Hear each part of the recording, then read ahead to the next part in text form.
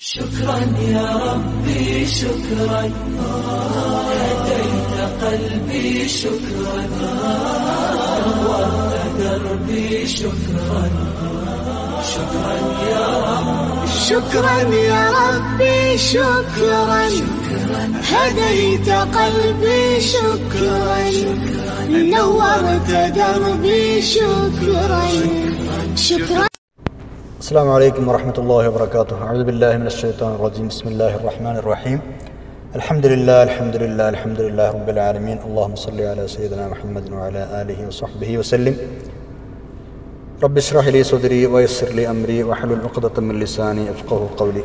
ബഹുമാന്യരായ സഹോദര സഹോദരിമാരെ, നമ്മൾ പഠിച്ചുകൊണ്ടിരിക്കുന്നത് സൂറത്തുൽ ദുഹ ആണ്. സൂറത്തുൽ ദുഹയിലെ ബിസ്മില്ലാഹിർ റഹ്മാനിർ റഹീം വഅമ്മസ്സായില ഫലാ തൻഹർ, ഈ ആയത്താണ് ഇനി നമുക്ക് പഠിക്കാനുള്ളത്. എന്താണ് ആയത്തിൻ്റെ അർത്ഥം? വഅമ്മസ്സായില ഫലാ തൻഹർ, ചോദിച്ചു വരുന്നവരെ വിരട്ടി ഓടിക്കുകയും ചെയ്യരുത്. നബി സല്ലല്ലാഹു അലൈഹി വസല്ലം തങ്ങളോട് പറഞ്ഞു, യതീം മക്കളെ ശരിക്കും സംരക്ഷിക്കണം. അതുപോലെ തന്നെ വഅമ്മസ്സായില, ചോദിച്ചു വരുന്ന ആളുകളെ ഫലാ തൻഹർ, വിരട്ടി ഓടിക്കുകയും ചെയ്യരുത്. നഹറ എന്ന അറബിയിൽ പ്രയോഗിച്ചാൽ ഫലാ തൻഹർ എന്നത് നഹറ എന്ന പദത്തിൽ നിന്ന് പോകുന്നതാണ്. എല്ലാ നിലക്കും എന്ന് പറഞ്ഞാൽ ബിമാന റദ്ദ ബിഖുശൂന, പരിക്കൻ സ്വഭാവത്തോടെ വന്ന ആളുകളെ തട്ടിയകറ്റുന്നതിനാണ് നഹറ എന്ന് പറയുന്നത്. അപ്പോൾ ചോദിച്ചു വരുന്ന ആളുകൾ അങ്ങനെ ആട്ടി ഓടിക്കരുത്. അനാഥയായി അതുപോലെ തന്നെ നിർധനനായി വളർന്ന നബി സല്ലല്ലാഹു അലൈഹി വസല്ലം തങ്ങളോട് അങ്ങനെയുള്ള ആളുകളുമായി നല്ല നിലയിൽ പ്രവർത്തിക്കണം, വർത്തിക്കണം എന്ന് ഉപദേശിക്കുകയാണ് ഈ രണ്ട് വാക്യങ്ങൾ. ഇത് നബി സല്ലല്ലാഹു അലൈഹി വസല്ലം തങ്ങളുടെ ഉപദേശമാണെങ്കിലും എല്ലാവർക്കും ബാധകമാണ്. നമ്മളോടൊക്കെ ഉള്ള അല്ല, നമ്മൾ പറയാറില്ല വന്ന വഴി മറക്കരുത് എന്ന്, അതന്നെ സംഭവം. സാധു സംരക്ഷണത്തിനെ പറ്റിയും പല ആയത്തുകളിലായി അല്ലാഹു തആല ഉണർത്തിയിട്ടുണ്ട്. നമ്മൾ യതീം മക്കളെ കുറിച്ച് ചർച്ച ചെയ്തതുപോലെ യതീം സംരക്ഷണത്തെക്കുറിച്ച് അല്ലാഹു തആല പലയിടത്തും പറഞ്ഞതുപോലെ സാധു സംരക്ഷണത്തിനെ കുറിച്ചും വളരെ ഊന്നൽ നൽകി പല സ്ഥലത്തും അല്ലാഹു തആല പറഞ്ഞിട്ടുണ്ട്. അലി ഇബ്നു അബീ ത്വാലിബ് റളിയല്ലാഹു അൻഹു ഈ ആയത്ത് ആലോചിച്ചു പോയൊരു സമയമുണ്ട്. നമുക്കൊക്കെ അതൊരു പാഠമാണ്. നമ്മളും ഈ ആയത്ത് പല സമയങ്ങളിലും ആലോചിക്കണം. നിങ്ങൾക്കറിയാമായിരിക്കും, ഫാത്തിമ റളിയല്ലാഹു അൻഹാക്ക് ഉറുമാമ്പഴം തിന്നാൻ പൂതിയായ ഒരു കഥ അല്ലേ? നമ്മൾ പലപ്പോഴും പാട്ടുകളിൽ മറ്റൊക്കെ കേട്ടതാണ്. പെണ്ണുങ്ങൾക്ക് ചില സമയത്ത് ചിലത് തിന്നാനൊരു പൂതി ഉണ്ടാവില്ലേ? ഫാത്തിമ ബി റളിയല്ലാഹു അൻഹയ്ക്ക് ഉറുമാമ്പഴം തിന്നാൻ പൂതിയായി. അലി റളിയല്ലാഹു അൻഹു പറഞ്ഞ വിഷയം, ആകെ തെരഞ്ഞു നോക്കിയപ്പോൾ ഒരു ദിർഹം കിട്ടി. അങ്ങനെ അതുകൊണ്ട് ഉറുമാമ്പഴം വാങ്ങാൻ വേണ്ടി പോയി. വാങ്ങി തിരിച്ചു വരുന്ന വഴിയിൽ ഒരു വൃദ്ധനായ ഒരു സാധു മനുഷ്യൻ 4-5 ദിവസമായി ഭക്ഷണം കഴിച്ചിട്ട് ഒന്നുമില്ല, എന്തെങ്കിലും തരണം അലിയാരെ എന്ന് പറഞ്ഞു. അലി റളിയല്ലാഹു അൻഹു ആണ് ചിന്തിച്ചു, ആ സമയത്ത് ഞാനിപ്പോൾ ഫാത്തിമ ബി റളിയല്ലാഹു അൻഹയ്ക്ക് വേണ്ടി വാങ്ങിയതാണിപ്പോൾ. അതാണ്ട് പിന്നെ ഇയാൾക്കിപ്പോൾ കൊടുത്താൽ മൂപ്പത്തിരിക്ക് ഇത് കിട്ടൂല. അതിന് മാത്രമല്ല, ഞാൻ കൊടുത്തില്ലെങ്കിലോ അള്ളാഹുവിൻ്റെ ഒരു ആജ്ഞയ്ക്ക് ഞാൻ എതിര് ചെയ്തവനാവൂലേ? അമ്മസ്സായില ഫലാ തൻഹർ എന്നല്ലേ അള്ളാഹു തആല പറഞ്ഞത്? ചോദിച്ചു വരുന്ന ആരെയും നാട്ടി ഓടിക്കരുത് എന്ന് പറഞ്ഞില്ലേ? അപ്പം ഞാനത് കൊടുക്കാതിരുന്നാൽ അള്ളാഹുവിൻ്റെ ആജ്ഞ ധിക്കരിച്ച ആളാകും. മാത്രമല്ല നബി സല്ലല്ലാഹു അലൈഹി വസല്ലം തങ്ങൾ പറഞ്ഞിട്ടുണ്ടല്ലോ, ലാ തുറദ്ദു സായില, ചോദിച്ചു വരുന്ന ആളുകളെ മടക്കി അയക്കരുത് എന്ന്. അപ്പോൾ അള്ളാഹുവിനെയും റസൂലിനെയും ധിക്കരിച്ച കൂട്ടത്തിൽ പെടൂല ഞാനിപ്പോൾ ഇയാൾക്ക് കൊടുത്തിട്ടില്ലെങ്കിൽ? ഫാത്തിമ ബീവിക്ക് കിട്ടാതാകുന്നതിലേറെ ഗൗരവം ഇതിനല്ലേ? വല്ലാത്തൊരു ചിന്തയാണത്. നമ്മൾ ആ ഒരു ലെവലിലേക്ക് നമുക്ക് എത്താൻ കഴിയണം. അള്ളാഹും റസൂലും എന്ത് തോന്നും എന്നതായിരിക്കണം നമ്മുടെ ചിന്ത. അള്ളാഹുവിനും റസൂലും എന്ത് തോന്നും? നമ്മൾ പലപ്പോഴും ചിന്തിക്കുന്നത് മറ്റാൾക്കാർക്ക് എന്ത് തോന്നും, ഇവനക്ക് എന്ത് തോന്നും, ഞാനിപ്പോൾ അവനെ കൊടുത്തില്ലെങ്കിൽ അവനെന്താ വിചാരിക്കുക? എന്നോട് അവൻ അവിടുന്ന് കല്യാണം പറഞ്ഞു, അങ്ങാടിയിൽ നിന്ന് കണ്ടപ്പോഴും പറഞ്ഞു, ഓഫീസിൽ നിന്നും പറഞ്ഞു, പെരയിൽ വന്നിട്ടും പറഞ്ഞു, ഇനിയിപ്പോൾ ഞാൻ കല്യാണത്തിന് പോകാതിരുന്നാൽ അവനെന്താ തോന്നുക എന്ന് കരുതി നമ്മൾ കല്യാണത്തിന് പോയാൽ ആ പോയ സമയവും പെട്രോളും കഴിച്ച ഭക്ഷണം എല്ലാം ഒക്കെ ഭാഗത്തിലായി. ഞാനൊന്നും ഒരു കൂലിയും പറിച്ചുകൊണ്ടിരുന്ന് കിട്ടൂല. കാരണം നമ്മൾ ആരെ ബോധിപ്പിക്കാനാണ് പോയത്? ഈ കല്യാണം പറഞ്ഞ ആളെ ബോധിപ്പിക്കാനാണ് നമ്മൾ പോയത്.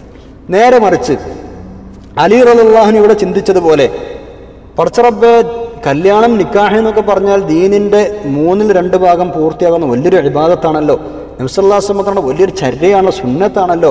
ആ ഒരു പരിപാടിയിലേക്ക് ഞാൻ ക്ഷണിച്ചിട്ട് പോകാതിരുന്നാൽ അള്ളാഹ്ക്ക് എന്താ തോന്നുക? നബി സല്ലല്ലാഹു അലൈഹി വസല്ലം എന്താ തോന്നുക? അവരുടെ കൽപ്പന ധിക്കരിച്ച ആളാവില്ലേ എന്ന് കരുതി നിങ്ങൾ പോയേക്കാണെങ്കിൽ കല്യാണത്തിന് പോയി പെരയുന്നുണ്ട് ഇറങ്ങി തിരിച്ച് വീട്ടിൽ എത്തുന്നത് വരെ ഇബാദത്തായി പരിഗണിക്കപ്പെടും. അത് ഹസനത്തായി അള്ളാഹു തആല രേഖപ്പെടുത്തും. എത്രേ ചെയ്യേണ്ടതുള്ളൂ, നമ്മുടെ നിയ്യത്ത് നന്നാക്കിയാൽ മതി. എല്ലാ സംഗതികളും അങ്ങനെ തന്നെയാണ്. ഹദിയ വാങ്ങിക്കൊടുക്കുകയാണെങ്കിലും ഗിഫ്റ്റുകൾ വാങ്ങിക്കൊടുക്കുകയാണെങ്കിലും സമ്മാനങ്ങൾ വാങ്ങിക്കൊടുക്കുകയാണെങ്കിലും ഒക്കെ അള്ളാഹുവിന് വേണ്ടി എന്ന് നിങ്ങൾ കരുതി നോക്കിയില്ല. മറ്റുള്ള ആൾക്കാർ ഞാൻ ഇപ്പോൾ കൊണ്ടു കൊടുക്കാതിരുന്നാൽ അവൻ എനിക്ക് ഇത്ര തന്നാൽ ഞാൻ അങ്ങോട്ട് കൊടുക്കാതിരുന്നാൽ മോശമല്ലേ എന്ന് വിചാരിച്ചാൽ ആ കൊടുത്ത് പോയി കിട്ടും. അത് നമ്മൾ ചെയ്യാൻ പാടില്ല. നമ്മൾ നിയ്യത്ത് നന്നാക്കുക. അപ്പോൾ അലി റളിയല്ലാഹു ഇങ്ങനെ ആലോചിച്ചു. പക്ഷെ മുമ്പർക്ക് പെട്ടെന്ന് തീരുമാനത്തിൽ എത്താൻ കഴിയും. നമ്മളെ പോലെ കൂടുതൽ സമയം ഇങ്ങനെ ആലോചിക്കൊന്നുമില്ലല്ലോ. വളരെ പെട്ടെന്ന് തീരുമാനത്തിലെത്തി. ആ ഉറുമാമ്പഴം പൊളിച്ച് തൊലിച്ച് ആ സാധുവായ മനുഷ്യനെ അവിടെ നിന്ന് കൊടുക്കുകയും ചെയ്തു. സുബ്ഹാനല്ലാഹ്, വളരെ പെട്ടെന്ന് തീരുമാനത്തിലെത്തി. എന്നിട്ട് ബഹുമാനപ്പെട്ട അലി റളിയല്ലാഹു അൻഹു നേരെ പെരേക്ക് പോയപ്പോൾ ആകെ സങ്കടപ്പെട്ട് വിഷണ്ണനായിട്ടാണ് പോണത്. വാതിൽ തുറന്നേക്ക് ഫാത്തിമ റളിയല്ലാഹു അൻഹ എന്തെങ്കിലും ഇത്ര ടെൻഷൻ എന്ന് ചോദിച്ചു. അപ്പോൾ വിഷയങ്ങളൊക്കെ പറഞ്ഞപ്പോൾ അതിനിപ്പം നിങ്ങൾ ടെൻഷൻ അടിക്കണ്ട, നിങ്ങൾ ആ കഥ പറഞ്ഞതോടെ എൻ്റെ അത് തിന്നാനുള്ള പൂതി മാറി, അൽഹംദുലില്ലാ സാധുവിനത് കിട്ടിയില്ലേ, അൽഹംദുലില്ലാ നിങ്ങൾ ഇങ്ങോട്ട് പോരി സങ്കടപ്പെടണ്ട എന്ന് പറഞ്ഞിട്ട് സമാധാനിപ്പിച്ചു. അങ്ങനെ അങ്ങോട്ട് പിന്നേക്ക് തിരിഞ്ഞ് നടക്കാൻ വീട്ടിലെത്തി വാതിലൊക്കെ അടച്ച് പിന്നേക്ക് തിരിഞ്ഞ് നടക്കാൻ തുടങ്ങിയപ്പോൾ വാതിലൊരു മുട്ട്. അപ്പോൾ ആരാന്ന് തുറന്നു നോക്കിയപ്പോൾ ഒരു സഹാബിയുണ്ട്. ആ സഹാബിയുടെ കയ്യിൽ ഒരു സഞ്ചിയുണ്ട്. ആ സഞ്ചി ഇങ്ങനെ അലിയാർ തങ്ങൾക്ക് റളിയല്ലാഹു അൻഹു കൊടുത്തിട്ട് പറഞ്ഞു, ഇത് നിങ്ങൾക്ക് തരാൻ വേണ്ടി നബി സല്ലല്ലാഹു അലൈഹി വസല്ലം ഏൽപ്പിച്ചതാണെന്ന് പറഞ്ഞു. അപ്പോൾ അലി റളിയല്ലാഹു അൻഹു സഞ്ചി വാങ്ങിയിട്ട് ഇങ്ങനെ എണ്ണി നോക്കി പറഞ്ഞു, ഇത് എനിക്കുള്ളതല്ല, നിങ്ങൾക്ക് ആൾ മാറിയതായിരിക്കും, നിങ്ങൾ വേറെ ആൾക്കും പോയി കൊടുത്തോളിന്ന് പറഞ്ഞു. എനിക്കല്ല, ഇതിൻ്റെ ആൾക്ക് കൊടുത്തോളിന്ന് പറഞ്ഞു. അല്ല, നിങ്ങൾക്ക് തരാൻ വേണ്ടി തന്നെയാണ് നബി സല്ലല്ലാഹു അലൈഹി വസല്ലം എന്നെ ഏൽപ്പിച്ചത്. അപ്പോൾ അലിയാർ തങ്ങൾ ഒന്നും കൂടി വാങ്ങിയിട്ട് നോക്കിയിട്ട് പറഞ്ഞു, ഇതിൽ 9 ഉറുമാമ്പഴേ ഉള്ളൂ, ഇത് എനിക്കുള്ളതല്ല. എനിക്കുള്ളതാണെങ്കിൽ ഇതിൽ 10 ഉറുമാമ്പഴം വേണമായിരുന്നു. കാരണം മൻ ജാഅ ബിൽ ഹസനത്തി ഫലഹു അശ്റു അംസാലിഹ എന്നത് അള്ളാഹുവിൻ്റെ വാഗ്ദാനമാണ്. അള്ളാഹു വാഗ്ദത്തം ലംഘിക്കുന്ന ആളല്ലല്ലോ. അപ്പോൾ 1 ഞാൻ കൊടുത്തിട്ടുണ്ടെങ്കിൽ അതിന് 10 ഉറുമാമ്പഴം എനിക്ക് കിട്ടേണ്ടതാണ്. ഇതിൽ 9 എണ്ണം ഉള്ളൂ, ഇത് എനിക്കുള്ളതല്ല, ആളെ മാറിയത് നിങ്ങൾ വേഗം സ്ഥലം വിട്ടിട്ട് ഇതിന് ആൾ കൊടുത്തോളൂ എന്ന് പറഞ്ഞു. അപ്പോൾ വന്ന സ്വഹാബി പിൻഭാഗത്ത് നിന്ന് കൈ ഇങ്ങനെ മറച്ചു പിടിച്ചിരുന്നു. ഒരു കൈ, ആ കൈ ഇങ്ങനെ മുന്നിട്ട് കൊടുത്തിട്ട് പറഞ്ഞു, അലിയാർ തങ്ങളെ ഇതാ 10ാമത്തെ ഉറുമാമ്പഴം, 10 എണ്ണം തികച്ചുമുണ്ടായിരുന്നു, ഞാൻ നിങ്ങളെ ഈമാനൊന്ന് പരീക്ഷിക്കാൻ വേണ്ടി ഞാൻ ചെയ്തതാണ് എന്ന് പറഞ്ഞു. സുബ്ഹാനല്ലാഹ്, സുബ്ഹാനല്ലാഹ്. 1ന് 10 എന്നത് അലി റളിയല്ലാഹു അൻഹുവിന് ബോധ്യമായത് പറഞ്ഞ് നമുക്ക് ബോധ്യമായിട്ടുണ്ടോ? നമുക്കത് ബോധ്യമായിട്ടുണ്ടോ? ഉണ്ടെങ്കിൽ നമ്മളുടെ നിലപാട് ഇങ്ങനെയാവുമോ? ചെറിയ ചെറിയ ഹസനത്തുകൾ എടുക്കുന്നതിന് നമ്മൾ വീഴ്ച വരുത്തുമോ? സുന്നത്തുകൾ പാലിക്കുന്നതിന് നമ്മൾ വീഴ്ച വരുത്തുമോ? ഓരോ സമയത്തുള്ള ദിക്റുകൾ നമ്മൾ ചൊല്ലാതിരിക്കുമോ? സുബ്ഹാനല്ലാഹ്, അങ്ങനെ ബോധ്യപ്പെടണം. അപ്പോൾ ഞാനത് പറയാൻ കാരണം ഈ ആയത്ത് അലി റളിയല്ലാഹു അൻഹു ആലോചിച്ചു പോയൊരു സന്ദർഭമായിരുന്നു ഇത് എന്നാണ്. നമ്മളും ഇത് ആലോചിക്കണം. വഅമ്മസ്സാഇല ഫലാ തൻഹർ, ചോദിച്ചു വരുന്ന ആളുകളെ നമ്മൾ ആട്ടിപ്പായിപ്പിക്കരുത്. ഇങ്ങനെ ഇത് ചിന്തിക്കേണ്ട രംഗങ്ങളിലൊക്കെ നമ്മൾ ഇങ്ങനെ ചിന്തിക്കണം, അള്ളാഹുവിന് എന്താ തോന്നുന്നു, റസൂലിന് എന്താ തോന്നുന്നു, ഇതായിരിക്കണം നമ്മുടെ കൺസേൺ. ബാക്കിയുള്ള ആളുകൾക്ക് തോന്നാതിരിക്കുക അതൊന്നും നമ്മുടെ വിഷയമല്ല. ആൾക്കാർക്ക് ഇപ്പോൾ എന്തൊക്കെ തോന്നും, ആളുകൾ എന്തൊക്കെ പറയും, എന്തൊക്കെ അഭിപ്രായങ്ങൾ പറയും, എന്തൊക്കെ വേണ്ടാത്ത പറയും, വേണ്ടത് പറയും, അതൊക്കെ കേൾക്കാൻ നമ്മുടെ ജീവിക്കാൻ കഴിയുമോ? അതൊക്കെ നെവർ മൈൻഡ്. നമ്മൾ അള്ളാഹുവിനും റസൂലിനും എന്ത് തോന്നും എന്നാലോചിക്കുക, അത് മാത്രം മതി. മനുഷ്യന് എത്ര മതി. അപ്പോൾ ആട്ടരുത്, ഇവരെ ആട്ടിപ്പായിപ്പിക്കരുത്. ഒന്നും കൊടുക്കാൻ വയ്യെങ്കിലും നല്ലത് പറഞ്ഞ് തിരിച്ചയച്ചൂടെ? നമുക്കതും ചെയ്യാൻ മടിയാണ്.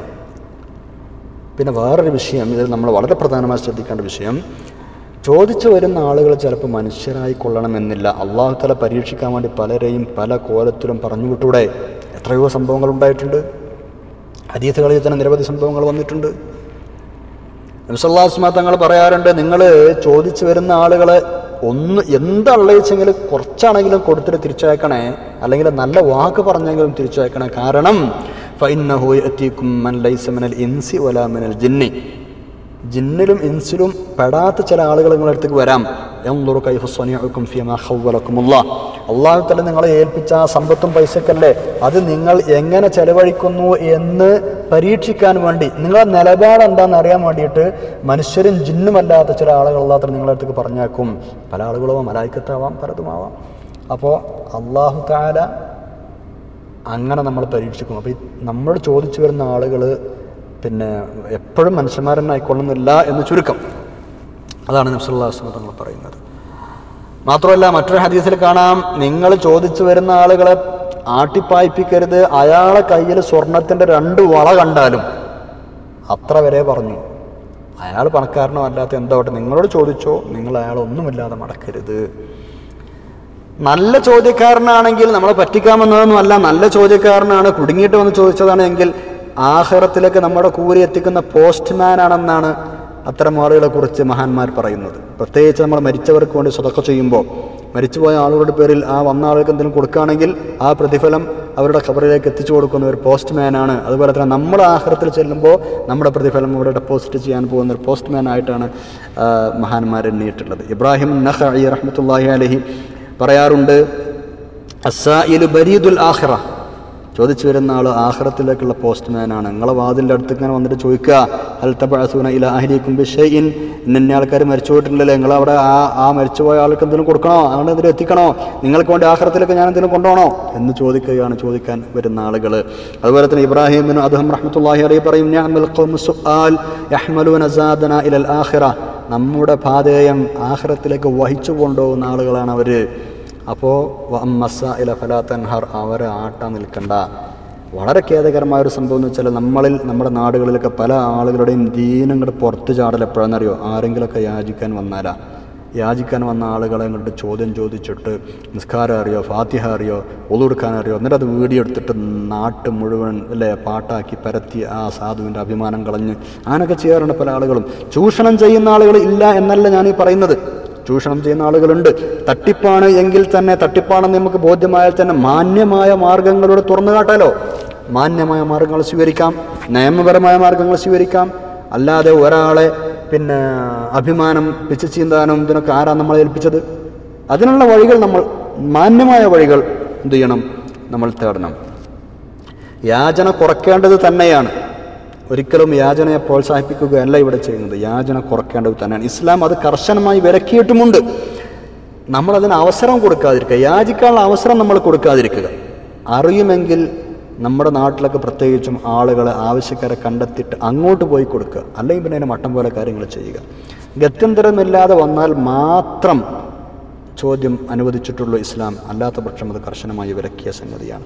നബി സല്ലല്ലാഹു അലൈഹി വസല്ലം തങ്ങൾ നിരവധി ഹദീസുകളുടെ കർശനമായി പറഞ്ഞ വിഷയമാണത്. തങ്ങൾ പറയുന്നുണ്ട് ഒരു ഹദീസിൽ സല്ലല്ലാഹു അലൈഹി വസല്ലം, ചോദിക്കുന്ന ആളുകൾ ചോദിക്കുന്ന ആ വിഷയത്തിൻ്റെ ഗൗരവം എത്രമാത്രം കുറ്റകരമാണ്, മോശമാണ് എന്ന് അറിയുമായിരുന്നെങ്കിൽ ഒരാളോടും ചോദിക്കൂലായിരുന്നു. അതുപോലെ തന്നെ അതിന് തൊട്ടടുത്ത് കൊടുക്കുന്ന ആളുകൾ കൊടുതിയുടെ പ്രതിഫലം അറിയുമായിരുന്നു എങ്കിൽ ഒരൊറ്റ ആളെയും ഒന്നും കൊടുക്കാതെ തിരിച്ച് പറഞ്ഞേക്കുകയും ചെയ്യുകയില്ലായിരുന്നു. രണ്ടും ബാലൻസ്ഡ് ആയിട്ടാണ് പറയുന്നത്. 3 അവസരങ്ങളിലെ ചോദ്യം പാടുള്ളൂ എന്നാണ് ഇസ്ലാം പറയുന്നത്. 3 അവസരങ്ങളിൽ മാത്രമേ ഒരാളുടെ മുമ്പിൽ കൈനീട്ടാൻ പാടുള്ളൂ. ഒന്നാമത്തെ അവസരം, നബി സല്ലല്ലാഹു അലൈഹി വസല്ലം തങ്ങളുടെ അടുക്കൽ ഇങ്ങനെ ഒരു കേസ് വന്നപ്പോൾ അവിടുന്ന് എല്ലാവരെയും പഠിപ്പിക്കാൻ വേണ്ടി പറഞ്ഞൊരു ഹദീസാണത്. അവിടുന്ന് പറഞ്ഞു, ഒരാൾ ഒരു ബാധ്യത ഏറ്റെടുത്തു എന്ന് പറഞ്ഞാൽ ഒരു കടം വീട്ടാൻ ഒരാൾ പറഞ്ഞേക്കോട്ടെ ഞാനത് വീട്ടി കൊടുത്തോളാം, സാധുവാണ്, അയാൾക്കത് ഉണ്ടാവും എന്ന് പറഞ്ഞിട്ട് ഏറ്റെടുത്തിട്ട് പിന്നെ ആ കടം വീട്ടേണ്ട സമയം വന്നപ്പോൾ ഏറ്റെടുത്ത ആൾ കുടുങ്ങിപ്പോയി, അയാൾക്ക് ഒരു നിർവാഹമല്ല. ആ സമയത്ത് എന്ത് ചെയ്യാം, അയാൾക്ക് ആ കടത്തിന് ആവശ്യമായ സംഖ്യ കിട്ടുന്നത് വരെ ചോദിക്കാം, അത് കഴിഞ്ഞാൽ നിർത്തും വേണം. അതാണ്. രണ്ടാമത്തേത്,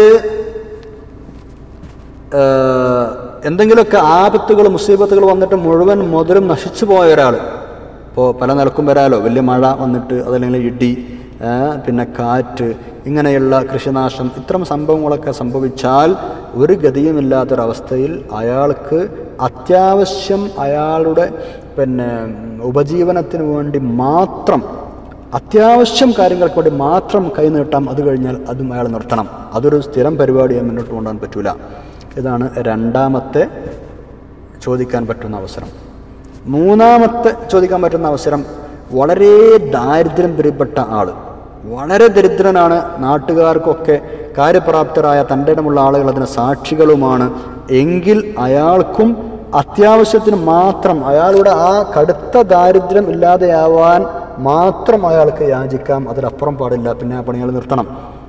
അതുവരെ അയാൾക്ക് അത്യാവശ്യമുള്ള പൈസ കിട്ടുന്നത് വരെ മാത്രം, ആവശ്യമുള്ള പൈസ എന്നല്ല, അത്യാവശ്യമുള്ളത് കിട്ടുന്നത് വരെ ഒരാളുടെ മുമ്പിൽ കൈനീട്ടാം, പിന്നെ ആ പണികൾ നിർത്താൻ ചോദിക്കാൻ പാടില്ല. ഈ 3 രൂപത്തിലേ ഇത് പാടുള്ളൂ.